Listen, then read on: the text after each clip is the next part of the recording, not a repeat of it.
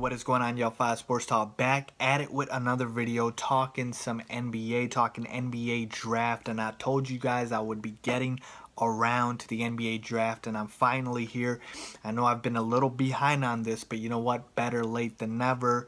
But never late is better, so let's get started. Okay, we're talking about the Lakers. We're talking about that number 2 overall pick and what exactly Magic Johnson and Rob Pelinka and company are going to do on draft night when they have to make a decision in which direction to go. And there are quite a few directions to go, but I'm going to narrow it down to just 2 for this video's purpose, and that is Lonzo Ball and Josh Jackson. So first, the reason, of course, that I have narrowed it down to these 2, Ball and Jackson, is because they are the projected 2 and 3 slot in the NBA draft that I've seen for most, if not all, of the mock drafts that I've looked at. And these are the 2 guys that the Lakers really like from all the reports that I've read, from the workouts that they have taken for these 2 guys. And here's the thing. So Lonzo Ball came in for workouts, and so did Josh Jackson.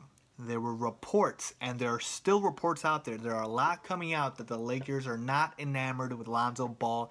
Guys, when the draft lottery happened, Lonzo Ball to the Lakers was virtually a lock. And at this point, it seems more likely that Josh Jackson will be drafted than Lonzo Ball by the Lakers. Okay, that is how much I believe Lonzo Ball's stock seems to have fallen, at least from what I've seen and from all the reports that I've read. And you guys can do your own research and find it on there. It is out there, folks. Okay, it is real that the reports are out there that the Lakers are enamored with Josh Jackson, and they wouldn't bring him in for a second workout if they weren't. Okay, so I believe the rumors. Now, with that being said, what will the Lakers do and what should they do? Let's first go with what the Lakers should do, okay? This is an interesting dilemma for me because I love it, folks, okay?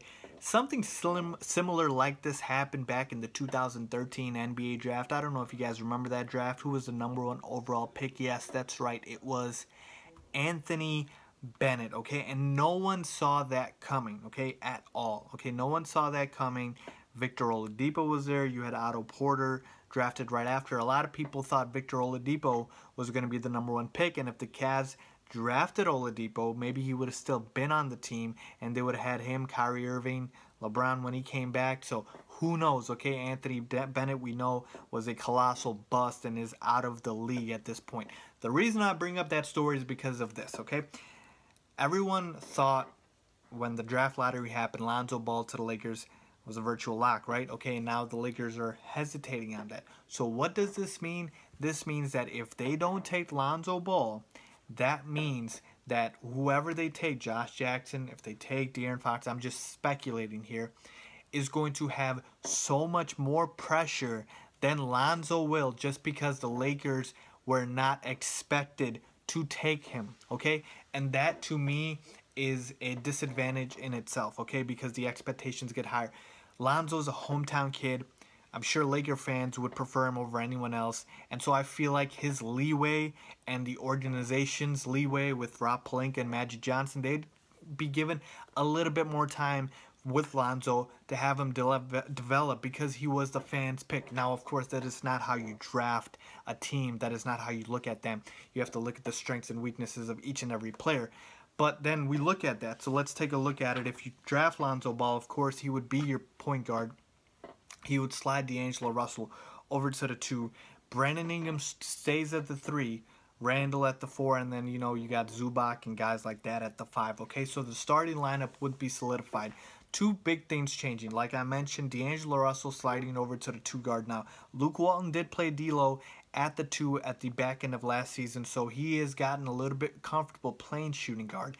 Now, if he is fully capable of taking that transition to shooting guard, I think he's a little undersized. He's like 6'3", 6'4", but if he can do it, then I think D'Angelo Russell has some good potential to do that. And then the other thing I mentioned was Brandon Ingram staying at the 3. You see, the problem is if you take Josh Jackson, that means, I'm not saying they can't play together. I'm saying there's going to be, first of all, some role controversy because they both play the same position, okay? They're both similar in terms of their length, okay? And now what happens is the worst thing you can do to a rookie is to not give him a clear position, okay? These tweeners, these teeners that go between 1 and 2 position, it makes it tough for a rookie right away because he is still trying to figure his way out in the league. And now you're telling him, oh, sometimes I think you're good as a 2, sometimes you're good as a 3. You can even play 4 sometimes. Yeah, that's all fine later on and when they're established. But when they are trying to find themselves, it is difficult for a rookie to be able to not have a solidified position. And Brandon Ingram didn't have the greatest rookie season, so he needs to show up in his sophomore year. And if he feels like he can't handle the threat of a Josh Jackson, that could hinder his development. So just a couple things to keep in mind. So what do I think they should do? Look, as much as I am not a fan of one LeVar Ball, I think the right pick here for the Lakers is Lonzo Ball for the reasons I just stated. I think he is the safe pick. I think he is the pick that gives you the most leeway. I think he's the pick that keeps everybody in their set positions outside of D'Angelo Russell, of course, but he might want to play shooting guard, okay? And then I think he's the pick that makes everybody on that team better. Defensively is where I'm worried here, but again, these guys are young. I want them to get better defensively, and you can teach defense, I feel like, a little bit easier than you can teach offense, okay? So D'Angelo Russell, Julius Randle, Lonzo Ball, and Brandon Ingram. Hopefully Magic Johnson teaches them to play defense because that is the only area they would be lacking in because they are all talented offensively. Josh Jackson, I wouldn't blame them if they go in this direction, but I just think Lonzo Ball is a safer pick. Josh Jackson would come in. You're kind of screwing things up here. You can play him, but you can draft him, but then are you going to go after Paul George, okay? So it's kind of like if Josh Jackson really, really blew you away, then maybe I could see it. But like I said, I think Lonzo Ball, to me, is the safer pick.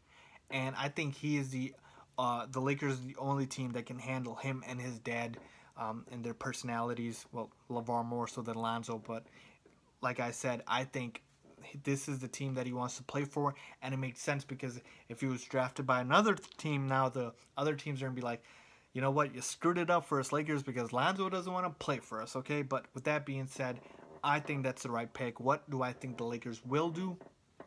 I ultimately do think they will draft Lonzo Ball. I do think that, but I think there is a significant chance that Josh Jackson might be the pick here as well, just because I feel like Magic Johnson might see something in Josh Jackson that he doesn't think other GMs or scouts see, and he might want to take a chance on that. And as always, you can always factor it in. You know, I don't know what sense the Lakers get with Lonzo, but these reports, they came out for a reason with this conditioning and with him not looking that impressive in the workouts. Like I said, let's see what happens. That didn't really make sense to me about the workouts because Lonzo Ball would look good in a 5-on-5 workout. I hope it wasn't an individual one. But with that being said, I think the Lakers should draft Lonzo Ball. I think they will draft Lonzo Ball, but I do think Josh Jackson is a real significant threat. Let me know what you guys think. If you guys like this video, please give it a thumbs up, subscribe as well, and thanks for watching.